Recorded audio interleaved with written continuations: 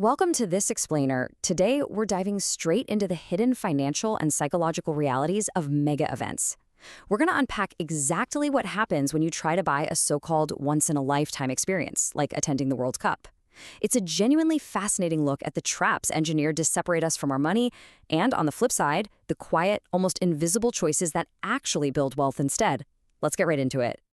Okay, to make sense of all this, we're going to follow two identical fans, Danny and Wes. Think of them as living completely parallel lives. They live in the same city, they both make a $55,000 a year salary, and they have the exact same $9,000 sitting in savings. But they're about to make one wildly different choice this summer when the tournament rolls into town. And as you're going to see, this single decision is going to send them on completely divergent financial paths over the next 20 years. Section 1. The hidden cost of scarcity. The trap is baited. Let's start with Danny.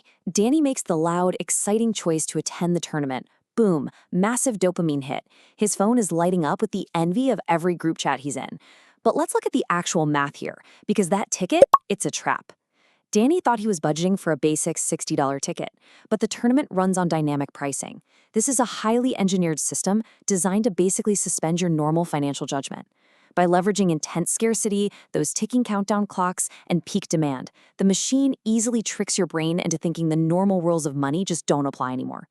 Between this dynamic pricing and a resale market that ruthlessly exploits human obsession, Danny's ticket spend alone quietly blasts right past $2,000. And really, that initial kick it is just the bait.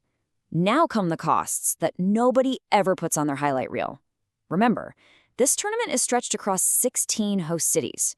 That means connecting flights at peak summer prices, easily costing over $1,000. Then the hotels.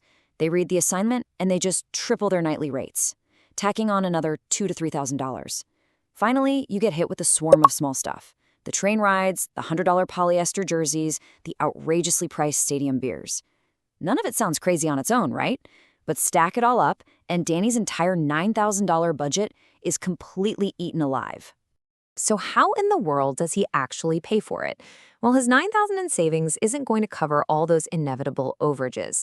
Danny, like a lot of us would, turns to credit cards and those buy now, pay later buttons promising 4 easy payments.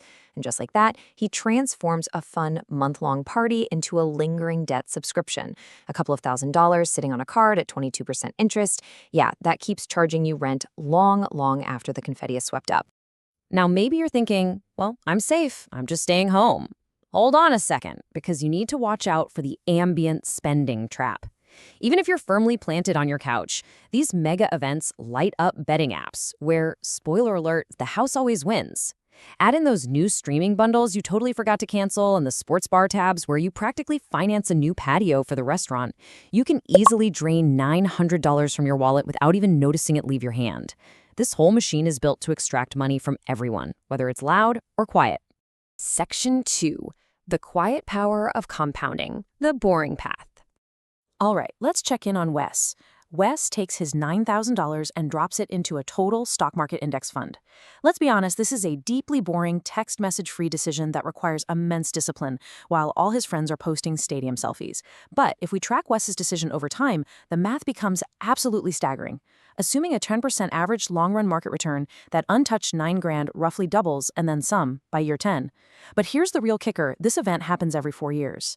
If we assume Danny takes his big trip 5 times over 20 years, and Wes repeats his boring $9,000 investment every 4-year cycle, Wes's quiet discipline slowly builds into a massive financial snowball. By year 20, the contrast is wild. While Danny is staring at a faded polyester shirt and telling a story his friends are honestly pretty tired of hearing, Wes is sitting on north of $150,000. That's not just a vacation fund.